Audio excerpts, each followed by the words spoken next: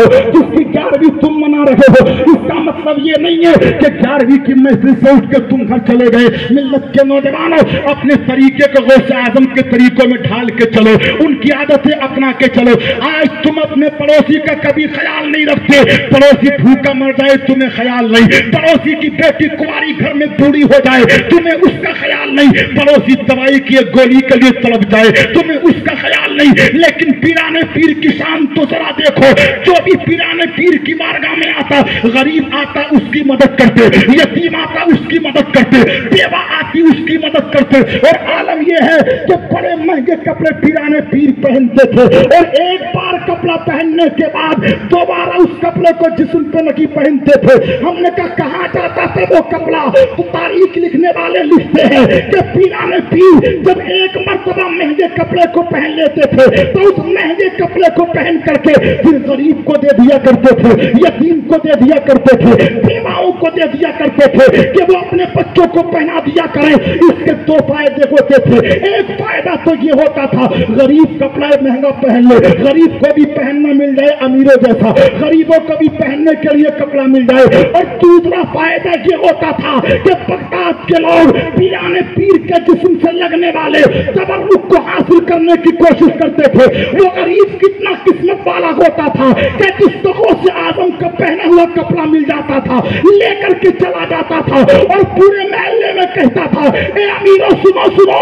تم اتنے قسمت والے نہیں ہو، تم پہ مال ضرور ہے لیکن اللہ نے مجھ کو وہ قسمت عطا فرمائی ہے کہ عبد القادر کے جسم کا اترا ہوا کپڑا پہن رہا ہوں۔ سبحان اللہ، سبحان اللہ۔ پیر کی شان ہے صاحب، ہم تو اپنے پڑوسیوں کو بھول جاتے ہیں، ہم تو اپنے گھر کے لوگوں کو بھول جاتے ہیں۔ صاحب باپ گھر میں تڑپتا ہے، ہم کبھی اپنے باپ کا خیال نہیں کرتے، کبھی اپنے رشتہ داروں کا خیال نہیں کرتے۔ ہمارے گاؤں کا عالم یہ ہے، گاؤں کے دوسرے کونے پہ اگر کوئی غریب روٹی کے ایک ایک ٹکڑے کو تڑپ رہا ہے، یہ مسلمان اتنا مصروف ہو گیا، نہ اس کے غم کا کوئی فکر ہے، نہ اس کی پریشانی کی کوئی فکر ہے۔ اللہ کی عزت کی قسم، تم اپنے لیے جینا چھوڑ دو، زندگی وہ ہے جو دوسروں کے کام آئے۔ پیرانے پیر کی زندگی ذرا دیکھتے چلے جائیے گا۔ آج بھی اگر اللہ کبھی توفیق دے تو پیرانے پیر کے مزار کے داخلی طرف آپ دیکھیں گے بغداد کا بہت بڑا لنگر ہے جو عصر کی نماز کے بعد کھل جاتا ہے،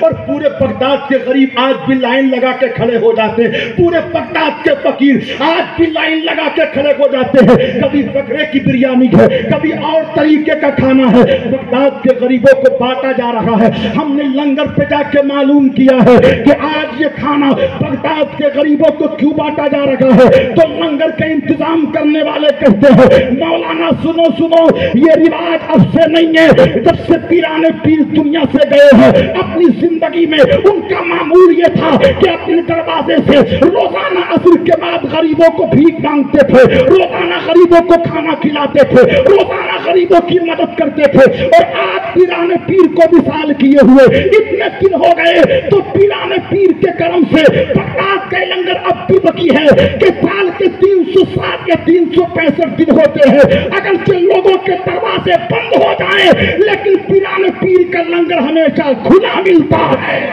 اللہ پیرانے پیر کا لنگر ہمیشہ کھلا ملتا ہے۔ نمازی پیرانے پیر، اور عبادت کا عالم یہ صاحب، ہمارے وضو سے عشاء کی نماز ہم نہیں پڑھ پاتے، فجر کے وضو سے فجر کے نہیں پڑھ پاتے، اور ظہر کے وضو سے ظہر کے نہیں پڑھ پاتے۔ ہم نے سیرت سرکار غوث اعظم میں پڑھا ہے،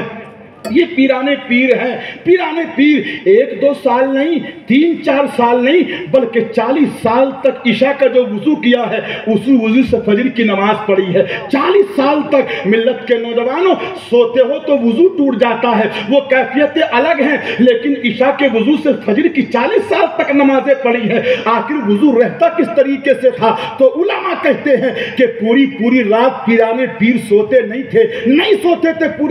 پیرانے پیر پوری رات عشاء کی نماز پڑھی ہے، اور نماز پڑھنے کے بعد قرآن کی تلاوت کر رہے ہیں، نفل نمازیں پڑھ رہے ہیں، تسبیح و تحلیل کر رہے ہیں، اللہ کی یاد میں رو رہے ہیں، اور نبی کے کونین کی امت کی مغفرت کی دعا کر رہے ہیں۔ لوگوں سنو محبت کے ساتھ، یہ پیرانے پیر کی زندگی ہے جو پیرانے پیر نے عشاء کے وضو سے 40 سال تک فجر کی نماز کی ادائیگی کی ہے۔ آج پیرانے پیر کے غلام کا عالم یہ ہے، فجر ہم نہیں پڑھتے، ظہر ہم نہیں پڑھتے، عشاء ہم نہیں پڑھتے، پڑھتے, مغرب ہم نہیں پڑھتے, اور پھر اپنے گھروں میں